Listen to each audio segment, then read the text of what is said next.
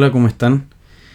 Les saludo. Quise hacer este video para referirme a la muerte de Cristo y su resurrección, considerando la fecha que se ha conmemorado esta semana, que acaba de terminar, y queriendo entonces, desde la Biblia, hablar sobre estos temas. Brevemente, por supuesto, esto merece una biblioteca completa, con tomos y tomos, que tratan sobre el significado de la muerte y la resurrección de Cristo, pero quiero tratarlo muy brevemente. Y para entender estos temas debemos tener en cuenta 4 aspectos o 4 categorías que nos permiten entender el mensaje de la Biblia. La primera es la creación, la segunda es la caída, la tercera es la redención y la cuarta es la glorificación o la consumación. Y parte entonces todo con el Génesis, con la creación. Eso es lo que debemos tener en cuenta si queremos realmente entender el mensaje de la Biblia y lo que significa la muerte y la resurrección de Cristo. Y Dios crea entonces todas las cosas para su propia gloria y quiere entonces también compartir su amor, entregar su amor a sus criaturas, y crea al hombre a su imagen y semejanza. Y la creación, cuando es entonces hecha, es buena en gran manera, nos dice el Señor en los primeros capítulos de Génesis, y también eso incluye al hombre. Y el Señor hace un pacto con Adán y lo pone a él como representante de la humanidad, y lo que él haga entonces nos va a afectar para bien o para mal. Y el Señor le entrega mandatos y prohibiciones. Él debía administrar la creación en representación de Dios, siendo entonces como un mayordomo de Dios en el mundo, en la creación. Debía hacerlo también para gloria de Dios. Debía multiplicarse, fructificar, llenar la tierra, dominarla. Y no debía comer entonces del árbol del conocimiento del bien y del mal. No debía comer de ese fruto. Y como ya sabemos, Adán y Eva entonces desobedecieron al Señor, lo que se conoce como pecado, que es la infracción de la ley de Dios, es la contravención a su voluntad. Y cuando ellos caen, cuando ellos pecan delante de Dios, ese momento se conoce como la caída. Y lo que hace la caída es que introduce entonces la muerte. La muerte en primer lugar espiritual. Es decir, el ser del hombre fue corrompido hasta su esencia. Y todo entonces ahora estaba contaminado por el pecado. Seguía llevando la imagen de Dios, pero ahora desfigurada. Y el pecado entonces hace que nosotros estemos muertos delante de Dios. Porque la paga del pecado, según la misma Biblia, es la muerte, en la carta a los Romanos, capítulo 6. Entonces, lo que hace el pecado es que crea un abismo, una separación entre un Dios justo, santo, bueno, y el hombre, la humanidad pecadora, rebelde ante la voluntad de Dios. Ahora, esto podría haber terminado allí. Dios simplemente podría haber desatado la condena sobre nosotros. Pero, tan pronto como ocurre la caída, el Señor promete que habrá un Salvador. Y eso ocurre en Génesis capítulo 3, donde le promete a la mujer, que fue la primera en comer, que un hijo de ella vendría y aplastaría la cabeza de la serpiente. Y es de toda relevancia lo que el Señor promete allí en Génesis capítulo 3. Estamos hablando del tercer capítulo de la Biblia, en toda la Biblia. Estamos recién en el comienzo. Pero desde allí en adelante, toda la Biblia se trata de cómo Dios cumple esa promesa que hace allí. ¿De quién es ese Salvador? ¿De quién es ese hijo de la mujer que va a aplastar la cabeza de la serpiente? Y todo lo que sigue en la Biblia nos va revelando cada vez más luz acerca de quién es ese Redentor prometido. Entonces vimos la creación y vimos el pecado, vimos el efecto que tuvo el pecado, que es la muerte espiritual en primer lugar, porque seguimos vivos biológicamente, físicamente, pero espiritualmente estábamos muertos. Y si estamos muertos espiritualmente, también nuestro cuerpo va a seguir la misma suerte de nuestra alma. Y la muerte ya última es la separación de Dios por toda la eternidad, la condenación, finalmente sufriendo en cuerpo y en alma. Y ese es un justo castigo ante la maldad. A nosotros a lo mejor nos parece excesivo, pero es porque también somos malos por naturaleza. Pero para un Dios perfecto, justo y santo, eso es precisamente lo que procede ante la desobediencia. Y el Señor, como veíamos, no nos dejó en esa miseria, sino que nos da la oportunidad de ahora ser salvos por la fe en esa promesa. Y Él va revelando, como decía, quién va a ser ese hijo, ese Salvador. Después se sabría que sería hijo de Abraham. Dentro de los descendientes de Abraham sería hijo de Isaac, de Jacob, sería hijo de Judá, y así va revelando en adelante. Y luego señala también la Biblia que sería hijo de David, del rey David. Es decir, sería un rey. Y sería un rey que gobernaría con justicia, que gobernaría para siempre sobre el trono de David. Y vemos por todas las promesas que se hacen adicionalmente en los salmos y en los profetas que ese reino sería también universal y eterno. Y también en el profeta Daniel se nos dice que este reino iba a destruir, iba a desbaratar, iba a imponerse sobre todos los otros reinos de la tierra.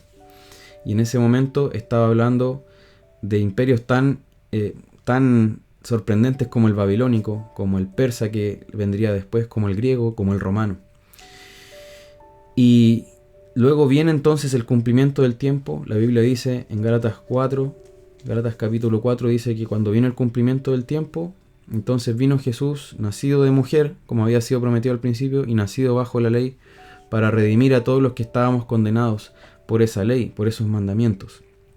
Y Cristo entonces es el Redentor. En el Antiguo Testamento se prometió que iba a venir un reino que iba a restaurar todas las cosas que se habían perdido por ese pecado inicial.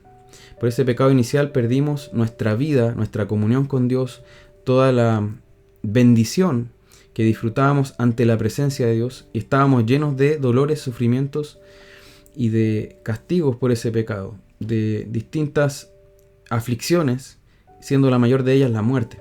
Entonces, el reino que Dios prometía iba a restaurar todas esas cosas, no solo al hombre, a la humanidad considerada por sí sola, sino también a toda la creación que fue afectada por nuestra rebelión.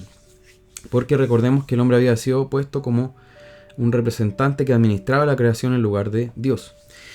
Entonces, durante todo el Antiguo Testamento se esperó a este rey y a este reino que vendría, que era una misma esperanza, la venida del rey y la venida de su reino. Y Cristo, cuando comienza su ministerio terrenal, en Marcos capítulo 1, el Evangelio según Marcos, él dice: el tiempo se ha cumplido, el reino de Dios se ha acercado, arrepentidos y creed en el Evangelio. Entonces, ¿qué está diciendo Jesús? Yo finalmente soy ese rey prometido y yo traigo ese reino a esta tierra y yo voy a restaurar todas las cosas. Y ya se había prometido en profetas como Isaías que este Salvador, este Redentor, este Mesías sería Dios y hombre, sería Dios con nosotros, Emmanuel, sería llamado Dios fuerte, Padre eterno, admirable, consejero, príncipe de paz. Entonces sería tanto hombre como Dios, y no podía ser de otra manera. Porque alguien podría preguntarse válidamente, ¿por qué Cristo tenía que ser hombre? ¿Por qué simplemente no, siendo Dios, no decretó que fuéramos salvos? Y la carta a los Hebreos, que también está en la Biblia, nos explica muy claramente que Él tenía que asumir carne y sangre, es decir, Él tenía que asumir la naturaleza humana para identificarse con nosotros y a su vez identificarnos con Él, con lo que Él iba a hacer, para que lo que Él hiciera contara como también una obra nuestra. Y ahí entonces tenemos el paralelo con Adán. Por eso Cristo es llamado el nuevo Adán. Porque tal como Adán nos representó para caer, Cristo nos representa para salvación. Y es la obra de Cristo la que se cuenta como la nuestra, si es que nosotros creemos en Él. Entonces, Él debía identificarse con nosotros e identificarnos con Él. Por eso Él se humanó, para poder representarnos, para que siendo uno de nosotros, Él venciera en nuestro nombre a la muerte. Entonces, dice también ese pasaje de Hebreos, para poder vencer por medio de la muerte a aquel que tenía el imperio, el dominio sobre la muerte, que era el diablo. Entonces, vemos que Cristo entonces se hace uno de nosotros, nos representa, pero habían dos cosas que hacer. Una era pagar nuestro castigo, porque la justicia de Dios, como es perfecta, demanda que si hay un pecado, ese pecado sea castigado. Y Él entonces asumió nuestra naturaleza para representarnos en el castigo, y ese castigo Él lo sufre en la cruz, en el Calvario. Y Él allí entonces lleva todos los pecados, toda la desobediencia, toda la rebelión histórica de los que vinieron antes y de los que vendríamos después de Él, y la cargó sobre Él, sobre sus hombros, en esa cruz.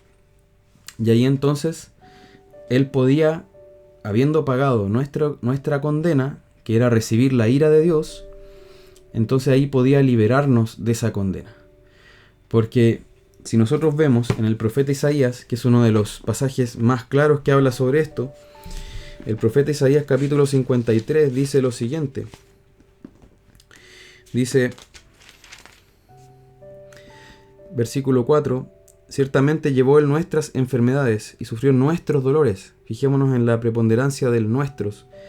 Y nosotros le tuvimos por azotado, por herido de Dios y abatido. Mas Él herido fue por nuestras rebeliones, molido por nuestros pecados. El castigo de nuestra paz fue sobre Él, y por su llaga fuimos nosotros curados. Después en el versículo 6 dice, mas Jehová cargó en Él el pecado de todos nosotros. Entonces, esa es la naturaleza de la obra de Cristo en la cruz. Es una obra de representación, donde Él entonces nos lleva allí, nos carga allí con toda nuestra maldad, y paga la condena de nuestro pecado que nosotros merecíamos. Y Él, por supuesto, sufrió aflicciones físicas a manos de quienes lo crucificaron, pero la mayor aflicción que Él sufrió en ese momento fue la espiritual, de cargar con nuestra maldad y de ser castigado por Dios en nuestro lugar. Por eso lo que Cristo sufrió en esa cruz fue el infierno mismo, por nosotros, en nuestro lugar.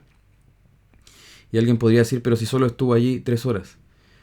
Pero por eso entonces Él debía no solo ser hombre, sino también ser Dios, porque esa persona de valor infinito, esa persona infinita, soportó entonces esa ira en nuestro lugar. Y solo Dios puede soportar la ira de Dios y poder vivir después de eso. Entonces Él soportó la ira del Padre, como nos dice Isaías 53, para que nosotros, los que creemos en Él, esa es la condición, no tuviéramos que soportarla. Entonces, 1, debía pagar por nuestros pecados, y 2, entonces debe deshacer todas esas consecuencias que tuvo el pecado inicial, que fue la corrupción, la muerte, todo lo que vino con la caída, que era entonces, como decíamos, enfermedades, muerte, dolor, angustias. Todas esas cosas Él debía deshacerlas. Y con el precio que Él paga en la cruz, entonces Él puede volver a la vida 3 días después, como había sido anunciado también por los profetas, en la resurrección. Y esa tumba queda vacía.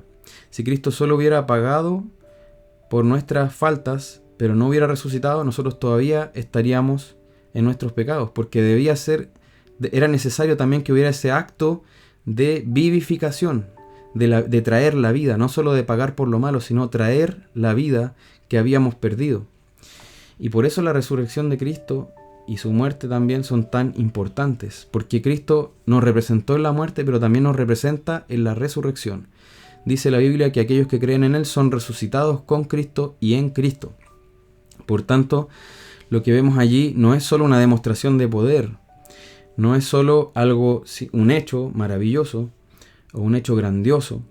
Por eso no puede ser una metáfora, como dicen los teólogos liberales, que han deformado el lenguaje y el significado de la Biblia, sino que debía ser realmente una obra que Dios hiciera, Dios hecho hombre hiciera, para que nosotros pudiéramos tener vida.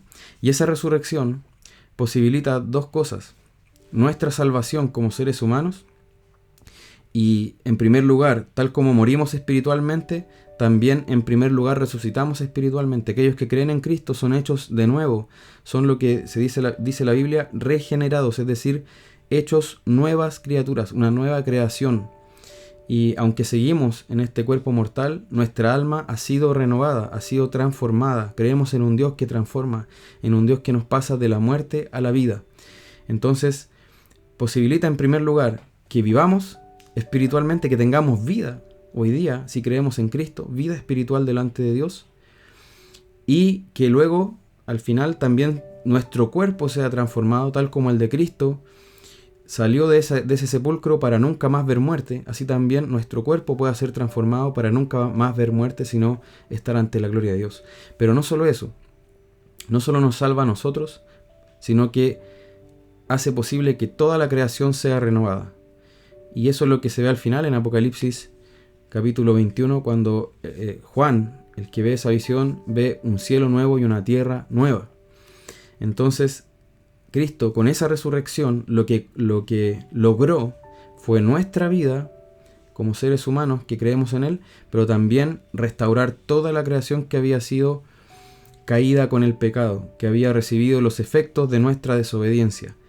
Y eso entonces es el significado fundamental de la resurrección. Y por eso el apóstol Pablo dice que si Cristo no resucitó, nosotros todavía estamos en nuestros pecados y van en nuestra fe y van en nuestra esperanza, y no tenemos realmente ninguna razón para estar alegres, sino comamos y bebamos que mañana moriremos. Pero sabemos que hay un hecho histórico, hay un hecho que ocurrió en un momento y un lugar determinado, y es que esa tumba que había retenido a Cristo no lo pudo retener para siempre, sino que quedó vacía el domingo después de esa crucifixión. Por eso los cristianos celebramos cada domingo como el llamado Día del Señor, porque celebramos allí que Cristo resucitó de entre los muertos. Y esa es la base de nuestra esperanza, y esa es la base de nuestra salvación, y ese es el hecho histórico más importante que ha ocurrido desde la creación, y es también la garantía de nuestra salvación final, porque la Biblia dice que Cristo es las primicias de los que durmieron. ¿Qué quiere decir eso? Está comparando la resurrección con una cosecha en donde las primicias son los primeros frutos. Entonces Cristo es el primer fruto de la resurrección, es el primero que resucitó, que volvió a la vida para no ver muerte nunca más. Y nosotros, los que creemos en Él, le seguiremos. Por eso la invitación es a creer en Jesús, porque solo en Él podemos tener vida. La Biblia dice en segunda carta de los Corintios, capítulo 5, de modo que si alguno está en Cristo, nueva criatura es. Las cosas viejas pasaron, y aquí todas son hechas nuevas. La única forma de dejar atrás este mundo de muerte, este mundo con dolor, enfermedades, aflicción, y a nosotros mismos, llenos de maldad, llenos de pecado, llenos de rebelión, es creyendo en Cristo, y es Él quien nos transforma. Y ahora no somos perfectos quienes creemos en Cristo, por supuesto, pero creemos que seremos hechos perfectos y que estamos siendo transformados en esta vida y que ya no estamos muertos espiritualmente, sino que ahora estamos vivos delante de Dios. Eso solo es posible creyendo en Cristo, porque solo Él es el camino, la verdad y la vida. Nadie puede ir al Padre, nadie puede volver a Dios, nadie puede restaurar su comunión con Dios si no es por medio de Cristo. Y ese es el mensaje del Evangelio, y eso es lo que se recordó esta semana. Espero que la explicación les haya sido útil. Cualquier cosa estoy a su disposición. Que Dios sea con ustedes.